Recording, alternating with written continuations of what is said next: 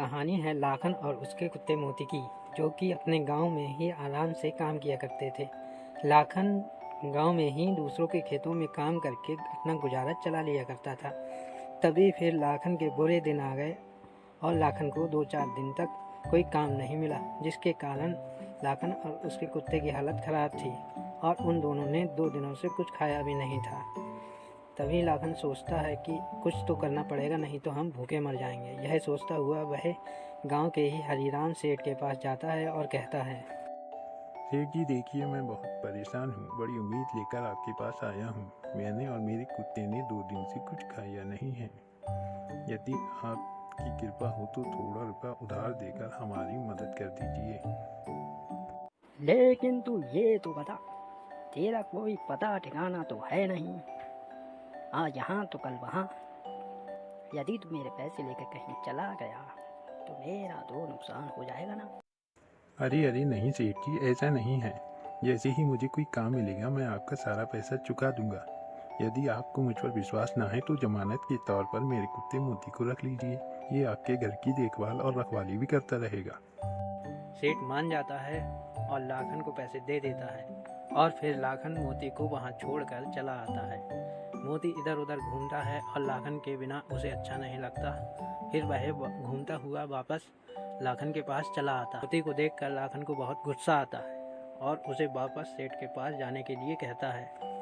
देख मोती, सेठ बहुत बड़ा आदमी है। वहाँ तुझे अच्छा खाना पीना को मिलेगा और जैसे ही मुझे कोई काम मिल जाता है मैं अपना उधार चुकाकर तुझे वहाँ से छुड़ा लाऊंगा।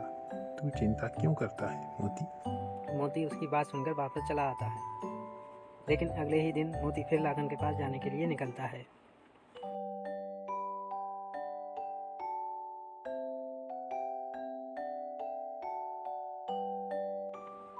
और तभी सेठ के घर बाहर से चोरी करने के इरादे से एक चोर घुसता है।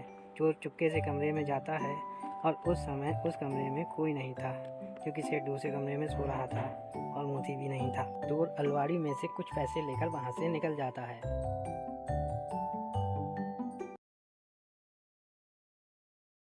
इधर मोती को लाखन कहीं मिलता नहीं है तो वह वापस आ जाता है। वह जैसे ही सेठ के घर के पास पहुंचता है, वह देखता है कि एक चोर वहां से कुछ ले जा रहा था। तब वह छिपकर उसका पीछा करता है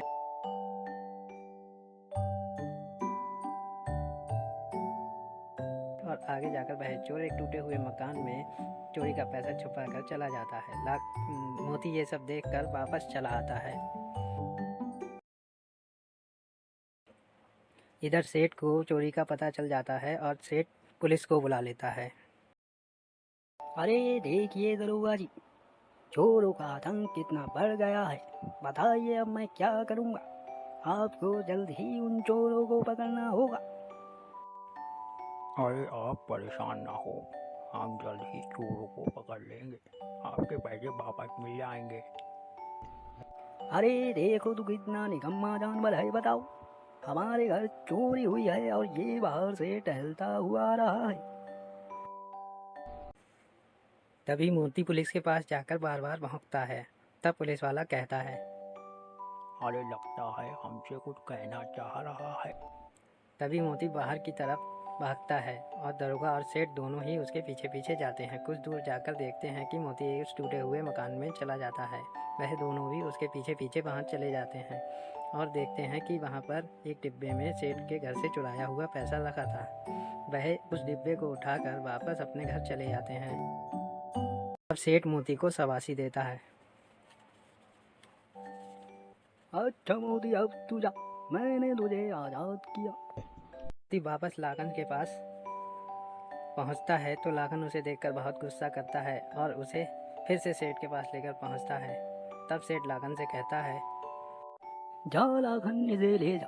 मैंने इसे माफ कर दिया और तेरा कर्जा भी माफ कर दिया। जा, अब तुम दोनों आज़ाद हो जाओ। और यह सुनकर दोनों खुशी खुशी वापस लौट जाते हैं।